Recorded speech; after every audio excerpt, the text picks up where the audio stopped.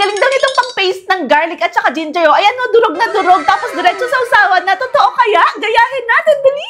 Siyempre, handa na naman ako dyan. Ito na yung aking nabili na parang nasa video. At shout out kay Chihitosis. Siya ang nag-send sa akin sa product na yun. Sabi niya, i-try ko daw no agpaisu. So, ito na, ito-try ko na. Naglagay na ako ng 2 bawang and let's go. Kasi perfect yun, di ba, pag gumagawa tayo ng mga sausawan kasi konti lang yung need natin. So, parang ang dali gawin sa video pero parang hindi siya madali gawin dito. So, i-try ko muna ha. Kasi ganyan lang siya.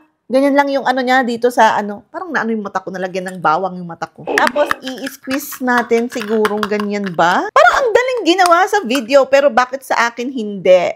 Saglit nga. Pinanood ko lang kasi ulit yung sa video kasi baka mali yung ginagawa ko. Pero tama naman, sinut lang niya na ganyan yung bawang and then inikot niya lang. Oh my gosh. It's not as easy as it looks, pero tingnan natin, baka pag nasanay tayo is madali lang siya. Oh, yeah. Iganon mo lang siya, guys. Tingnan nyo, diba? Siyempre, kailangan pag-aralan muna. Ayan, oh. Pagka na i-twist mo lang siyang ganyan. Twist, twist, twist, twist, twist. And, tada! Hala, totoo. Totoo nga siya. Oh my gosh. Akala ko mabubudol na naman ako kasi usually yung mga ganon parang budol eh. So, perfecto kapag gumagawa tayo ng mga sausawan kasi tapos pa konti-konti lang yung kailangan. Nagdidik-dik-dik pa tayo na ang hirap mag-chop o kaya mag-mince. Pero ayan na. Ayan na siya, guys. Na-mince na ang ating bawang. Okay. Very nice. Like it. Ay, baka kailangan nyo ng minced na bawang. Ito na, meron akong minced.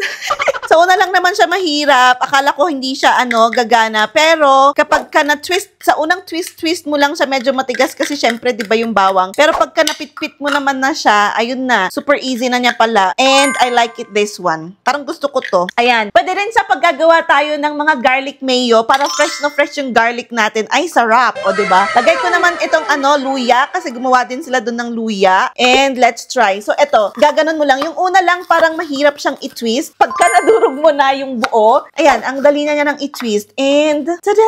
Maganda rin to kapag gagawa kayo ng ginger tea. Ayan, igaganto nyo, tapos iti nyo na agad. Oh my gosh, oo. Nagka-idea ako habang ginagawa ko to. Kasi gusto kong mag-ginger tea. Tinatamad lang kasi talaga akong magganito. Ang bango. Oh my gosh. Pakita ko sa inyo close up yung mga nagawa ha. Wait lang. Para hindi nyo sabihin na, oh my gosh, budol mo't data. No, it's not budol, guys.